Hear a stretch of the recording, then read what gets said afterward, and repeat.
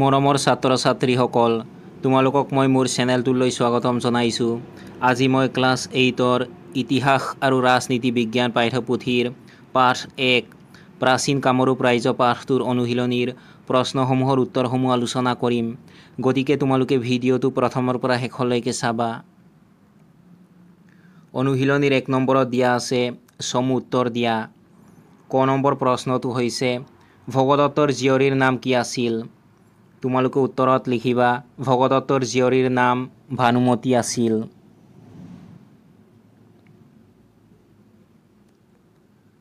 খ নম্বৰ প্ৰশ্নটো হৈছে কোন ৰজাৰ শাসনকালত চীনা পৰিব্ৰাজক হিউৱেন চাঙে কামৰূপ ৰাজ্য ভ্ৰমণ কৰিছিল? তোমালোকে উত্তৰত লিখিবা ভাস্কৰ বৰ্মনৰ শাসনকালত চীনা পৰিব্ৰাজক হিউৱেন চাঙে কামৰূপ ৰাজ্য ভ্ৰমণ কৰিছিল।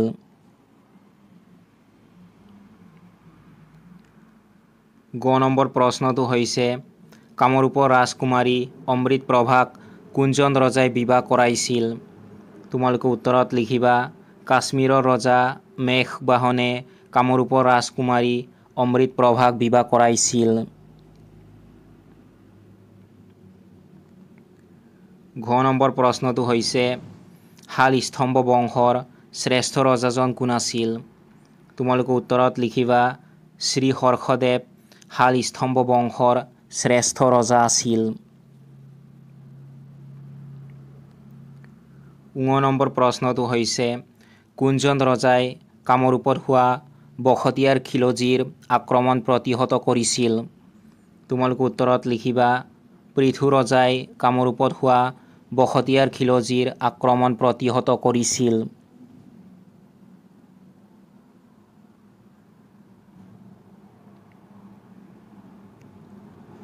2 নম্বৰত দিয়া আছে শুদ্ধ উত্তৰ বাছি উলিওৱা। ক নম্বৰত দিয়া আছে বৰ্মন বংশ পুষ্য বৰ্মনে ভাস্কৰ বৰ্মনে স্থাপন কৰিছিল। ইয়াৰ শুদ্ধ উত্তৰ হৈছে পুষ্য বৰ্মনে। তোমালোকে উত্তৰত লিখিবা বৰ্মন বংশ পুষ্য বৰ্মনে স্থাপন কৰিছিল।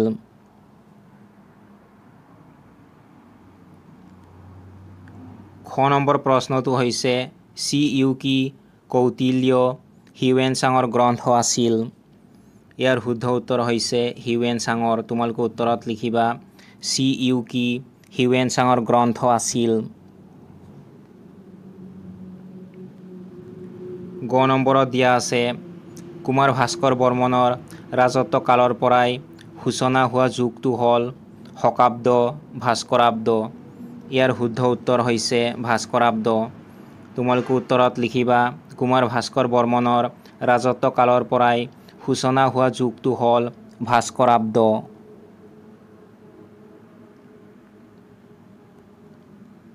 ঘ নম্বৰত দিয়া আছে প্ৰাচীন কামৰূপত ৰাজতান্ত্ৰিক গণতান্ত্ৰিক শাসন ব্যৱস্থাৰ প্ৰচলন আছিল।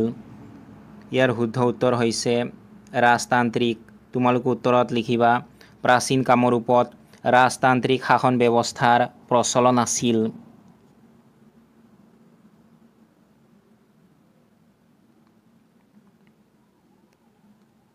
3 নম্বৰত দিয়া আছে খালী ঠাই পূৰ কৰা। ক নম্বৰত দিয়া আছে প্ৰাচীন কামৰূপ ৰাজ্যৰ প্ৰধান জীৱিকা আছিল ডেছ। তোমালোকে খালী ঠাইত লিখিবা কৃষি।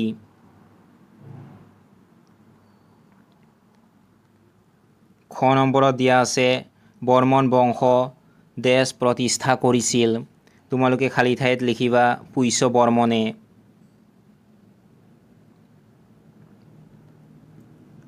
গ নম্বৰত দিয়া আছে পাল বংশৰ শ্ৰেষ্ঠ ৰজাজন আছিল ডেছ। তোমালোকে খালী ঠাইত লিখিবা ৰত্নপাল।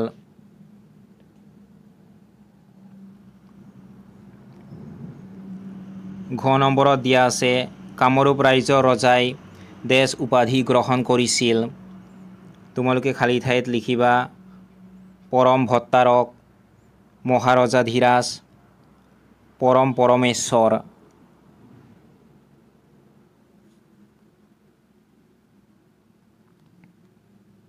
ঙ নম্বৰত দিয়া আছে ডেছ কামৰূপ ৰাজ্যৰ আয়ৰ প্ৰধান উৎস আছিল।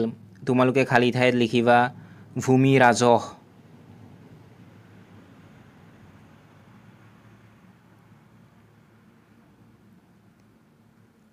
4 নম্বৰত দিয়া আছে চমুটোকা লিখা।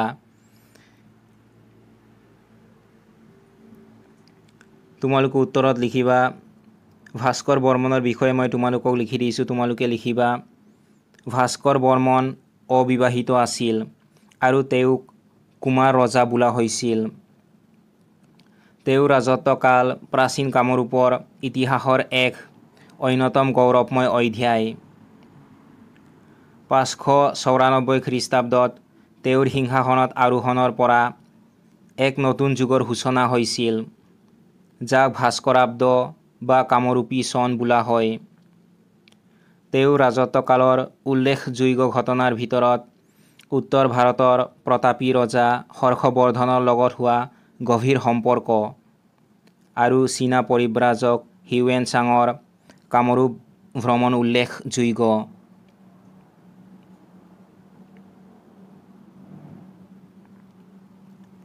তাৰপাছত দিয়া আছে প্ৰাচীন কামৰূপ শিক্ষা ব্যৱস্থা।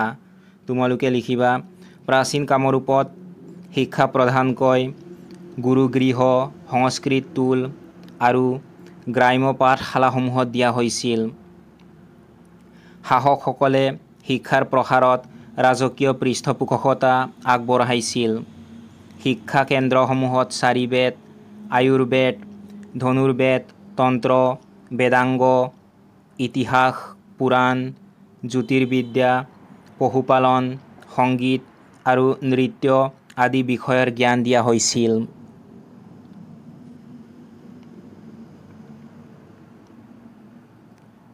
তাৰপাছত দিয়া আছে ভগদত্ত। তোমালোকে লিখিবা ভগদত্ত আছিল নৰকাসুৰৰ পুত্ৰ আৰু কামৰূপৰ সিংহাসনত বহিছিল। মহাভাৰতৰ যুদ্ধত ভগদত্তই কৌৰৱৰ পক্ষত যুদ্ধ কৰিছিল। তেওঁৰ জীয়ৰী ভানুমতীক দুৰ্যোধনলৈ বিয়া দিছিল। গুৱাহাটীৰ দীঘলী পুখুৰী ভগদত্তই ভানুমতীৰ স্বয়ম্বৰৰ সময়ত খন্দাইছিল বুলি প্ৰবাদ আছে।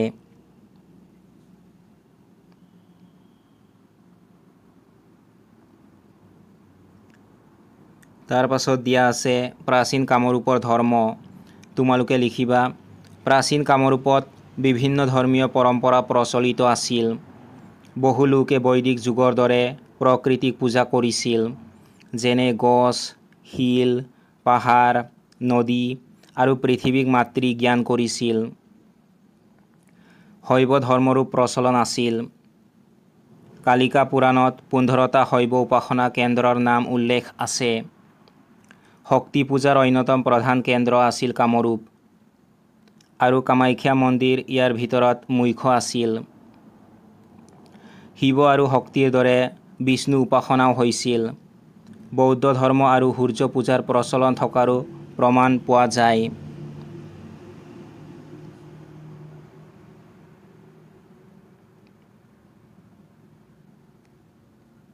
তাৰ পাছত দিয়া আছে দেৱদাসী প্ৰথা।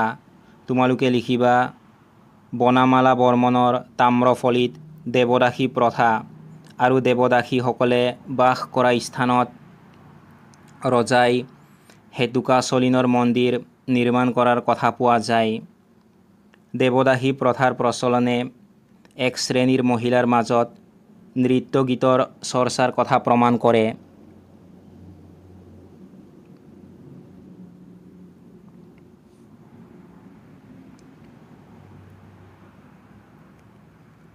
পাঁচ নম্বৰত দিয়া আছে প্ৰাচীন কামৰূপ ৰাজ্যৰ প্ৰশাসন ব্যৱস্থা সম্পৰ্কে ব্যাখ্যা কৰা।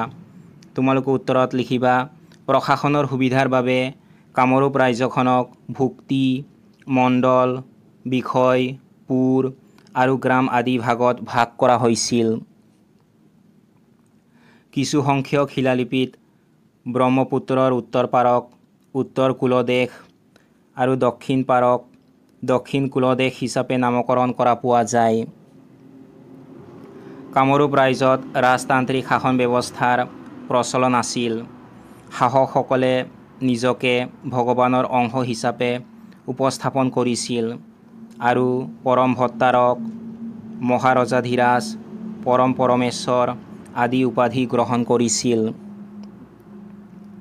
প্ৰশাসনিক ব্যৱস্থাত মন্ত্ৰী পৰিষদৰ বিশেষ ভূমিকা আছিল। মন্ত্ৰী আৰু উচ্চপদস্থ ৰাজবিষয়াসকলক অমাত্য, সচিব, মন্ত্ৰী, মহাপ্ৰতিহাৰী আদি নামেৰে জনা গৈছিল। সেনাবাহিনীৰ মুৰব্বীজনক সেনাধ্যক্ষ আৰু তেওঁৰ তলতীয়া বিষয়াসকলক সেনাপতি, নায়ক, ৰণক আদি নামেৰে নামকৰণ কৰা হৈছিল। কামৰূপৰ সেনাবাহিনী যুদ্ধৰ ক্ষেত্ৰত পাৰদৰ্শিতা প্ৰদৰ্শন কৰিবলৈ সক্ষম হৈছিল।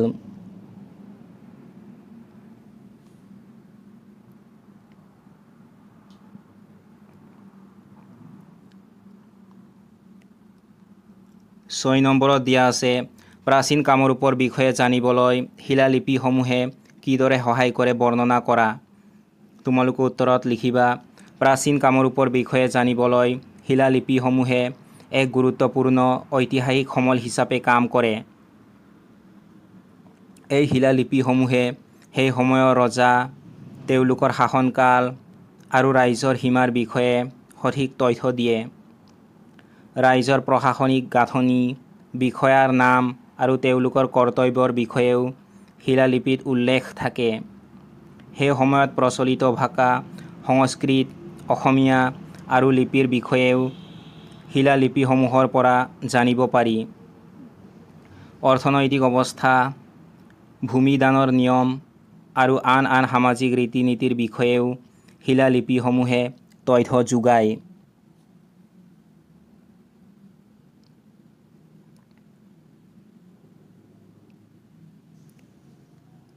7 নম্বৰত দিয়া আছে বৰ্তমান অসমৰ এখন মানচিত্ৰ অংকন কৰি বৰ্মন, শালস্তম্ভ আৰু পাল বংশৰ ৰাজধানী ক'ত ক'ত আছিল চিহ্নিত কৰা।